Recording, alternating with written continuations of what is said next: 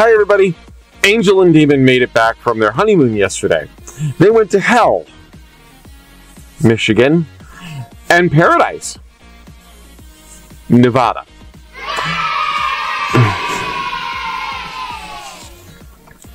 So, while they were out, I personally recorded a short video coming on Monday that had to do with evolution.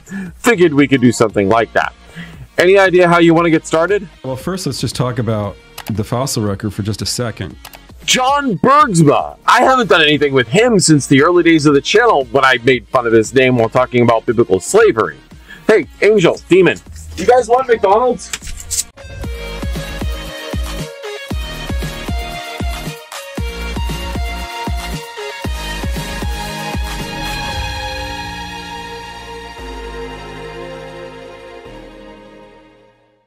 So we've gone over John's education in the last video. Since then, he's actually been promoted. Yay!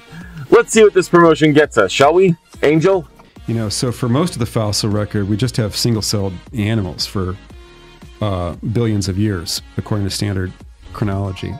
That's almost correct. Close enough for now. All this was between about 3.5 billion years ago to about 2 billion years ago. So, not quite billions, and more 1.5 billion before the first multicellular organisms began to appear. But once they started to appear, oh boy, things sped up relatively quickly. I mean, a few 100 million years is relatively quick compared to 1.5 billion, right? And then around, 600 million years ago, we get a blast of what's called the Ediacaran explosion, or just call it the Ediacaran explosion. That's sufficient. No, that's not sufficient. The Ediacaran biota wasn't an explosion. It had been progressing for several 100,000 years during the thaw of the Cryogenian period. At the end of that era, about 575 million years ago, the Avalon explosion diversified that biome into a number of organisms over several million years. And then around, say, you could put at different points, say maybe 543 million years or so ago, you get what's called the Cambrian explosion. It's the Cambrian explosion. That's animals and stuff. And that's a big explosion where suddenly almost all the phyla, the body plans that are still in existence, suddenly appear at once. Examples of all the different body plans of animals. Suddenly? Really? Suddenly. Okay. Bang! Almost 25 million years is not suddenly in the grand scheme of things. And it definitely wasn't a bang. No transition. In fact, the transition from the Ediacaran, which are these very simple animals, to the Cambrian with all these different body plans is so abrupt. There are studies that put only like a window of 500,000 years. 500,000? Okay, someone please give this guy a demotion. Hey, Burger Time, you're off by a factor of 50. Wait, what? Where the hell did you learn to do math? So the Cambrian explosion lasted for quite some time, and the diversification happened over that long period. It's called an explosion because although we see new species evolving even during our own short lifespans, this was still considered a rapid diversification relative to the age of the planet itself. Several phyla emerged and evolved over that amount of time.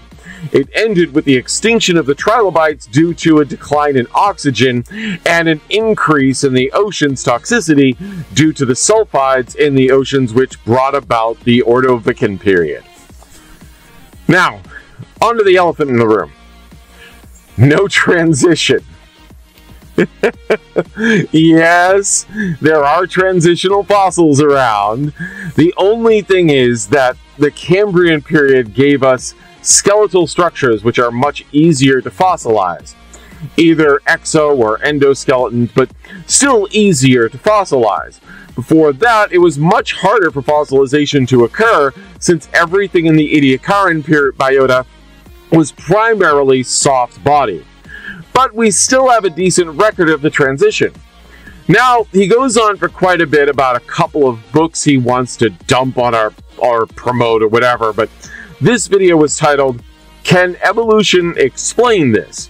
So I want to move past all of that to see what he thinks evolution can't explain. You asked what what evolutionists say in response to not having this to fossil this record. Okay, Yep. So Dawkins says, "Oh, this is a true gap." But it's not actually. There is a transition in the record. An example I found in my research here was the Treptichnus pedum, as transitionary along with other fossils found in Spain as well. So he's just wrong there. But he does continue after a bit of a lengthy banter. So I asked him, Dr. Morris, about the Cambrian explosion. It's the Cambrian explosion. Do you believe it's an artifact of the evolutionary record or the fossil record? That means it's only appears to be explosive because we're missing the fossils below. And if you don't believe it's an artifact, what do you believe is the explanation? And he said, first of all, I don't believe it was an artifact; it was a real event. Okay, so that's interesting. So that kind of contradicts Dawkins. Yeah. Yes, the Cambrian explosion really did happen. And no, it's not just some randomly erupting event. Think about this. Homo sapiens emerged out of the great apes about 200,000 to 300,000 years ago out of Africa. So in just about 250,000 years, we went from essentially a smart gorilla into a species that invented a bit of tech that you carry around in your pocket that can communicate with someone on the other side of the fucking planet and look up anything on computers it's not even physically connected to. Hell, just 12,000 years ago, we discovered agriculture as a new fantastic idea. And now we have factory farms pumping out crops as fast as we can fucking eat them. And people do gardening now as a fucking hobby. Our species has gone from non-existence to having debates about the existence of an invisible man up in the sky that is watching everything you do, up to and including touching yourself. And you're getting pissy that over the course of 25 million years, evolution happened and you somehow think this is a problem. Dude, if you only understood what Richard Dawkins was talking about, we wouldn't have a content for today. And then he said, and he was very honest, he said he doesn't know the explanation, but he thinks that an increase in oxygen plus the ediacaran animals, these simple animals that came before, play into the role of the explanation. You think? Don't look now, but that's called, say it with me, evolution. The creatures changed, and a lot of them gained a skeletal structure that likely started out as cartilage that slowly got harder and harder over time, until it was what we would think of as bones or shells. This shit isn't hard. Okay, well, the bones and shells are, but I let somebody else do the research as Captain Quarter Pounder cheeses his way through his own understanding. Hold on. Back to you, Big Mac. I feel like we're in the middle of a Young Earth takedown flashback. Okay, so the ediacaran aren't helping much, and then the latest evidence shows there wasn't actually a rise in oxygen levels that, and that, so therefore that wasn't a cause of, the explosion of information. No, that's not correct. The new research doesn't say there is no rise back up in oxygen levels. It says that a small rise in oxygen levels was still sufficient enough to cause the Cambrian explosion. Is this his big issue? Maybe. I've been waiting for the ball to drop here on this entire video, thinking he has some sort of key cornerstone piece to point to, but if it's just the explosion itself, I mean, that's just poor. Let me fast forward through this real quick.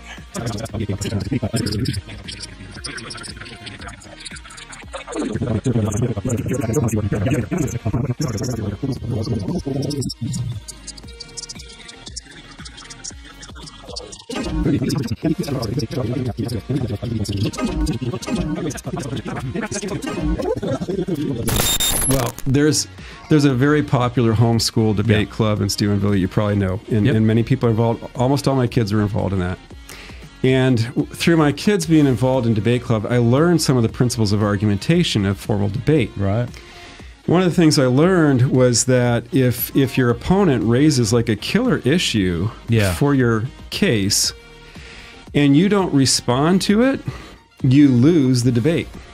So in the fast forward, he was talking about a book that only briefly touched on the Cambrian explosion. So he says. But, and this took a little bit of time to find a few excerpts from the book, but it does address the Cambrian and pre-Cambrian eras, and he talked about the transitional evidence between the two. So either John is straight up lying about the book, or he skimmed past it, judging there wasn't enough there for him.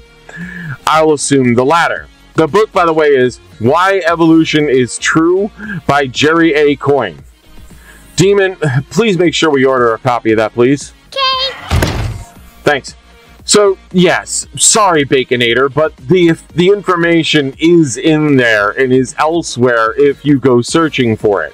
Now, the stupid part of all of this is Jerry wasn't debating. So why John is basically bragging about winning a debate against somebody not present that wrote a book over 15 fucking years ago is just, well, it's just dishonest. I would use more colorful language, but that's Demon's job.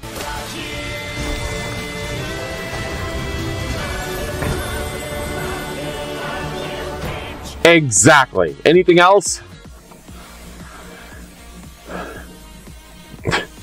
All right, sounds good, Angel. Go ahead. A quick objection maybe here that might help clarify this for me. If the Cambrian explosion is an argument against Darwinian evolution, how is it not also an argument against the Bible? You're telling me that there was a stage, and then after I don't know how long there was. So, like, what is the fundamentalist? Let's use that. I know that's a pejorative term. What's he saying then? If he thinks this is an objection to Darwinian evolution, is he saying that God created and then after a long time he created again? Like, what do they think the explosion is? Meyer says, look, this is the infusion of intelligence. Right. So that's so that goes back to my point about the 6 days of creation. We have man created on the 6th day. The creation narrative is primarily theological, not scientific. Okay. So so what the creation story is not showing us a literal history of. See, there I go with the binary thing again. Yeah. Right? Even me, I'm like, okay, so he's denying Darwinian evolution, therefore he must believe 24-hour periods. Right. That's good. That's helpful. Yeah. No, that's and thank you for the chance to clarify that. So Angel showed me the entire clip before we showed you this shortened version. So the question here is, from a biblical standpoint, did God create and then create again and sort of guide evolution instead of the naturalism view? And John gave an odd answer, other than to say the insertion of intelligence. But there was already life before that. So God created life and then created it again? And then presumably again and again, in his view? That one comment of insertion of intelligence suggests that what came before came about on its own by natural means, and God sort of guided it, I guess. But for that to happen, we would see a more sudden change with all of the phyla. But that's not what we see. We see a gradual change over the 25 million years at the beginning of the Cambrian period, where the phyla emerged out of prior life forms from the pre-Cambrian era. But that is how this video ends. I suppose since John didn't actually address the question, he lost the debate by his own argumentation when it comes to him and Jerry Coyne. So by John Bergsma's own lights, I defeated him in a debate. Well, that's not fair at all. Exactly. So what did you two do on your honeymoon, by the way? That's none of your goddamn business. Rude.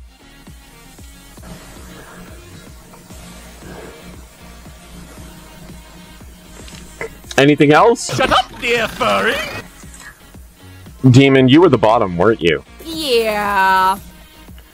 Did you at least use protection? Oh, no. No.